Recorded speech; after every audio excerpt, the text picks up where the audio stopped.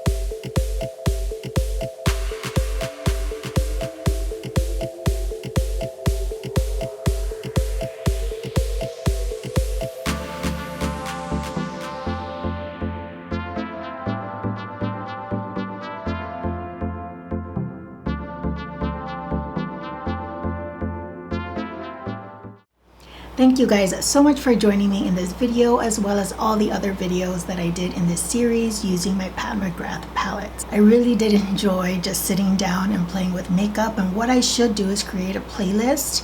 That's what it's called, right? Yeah, a playlist on my YouTube channel, just so that it'd be easier for you to find all of my other Pat McGrath videos. As with all of my other Pat McGrath videos, I will be listing every single look that I have down below, what eyeshadows I used where, as well as listing all the other products that I have on my face. Till the next video, I hope you all are doing well, taking great care of yourselves. I will see you all next time. Bye guys.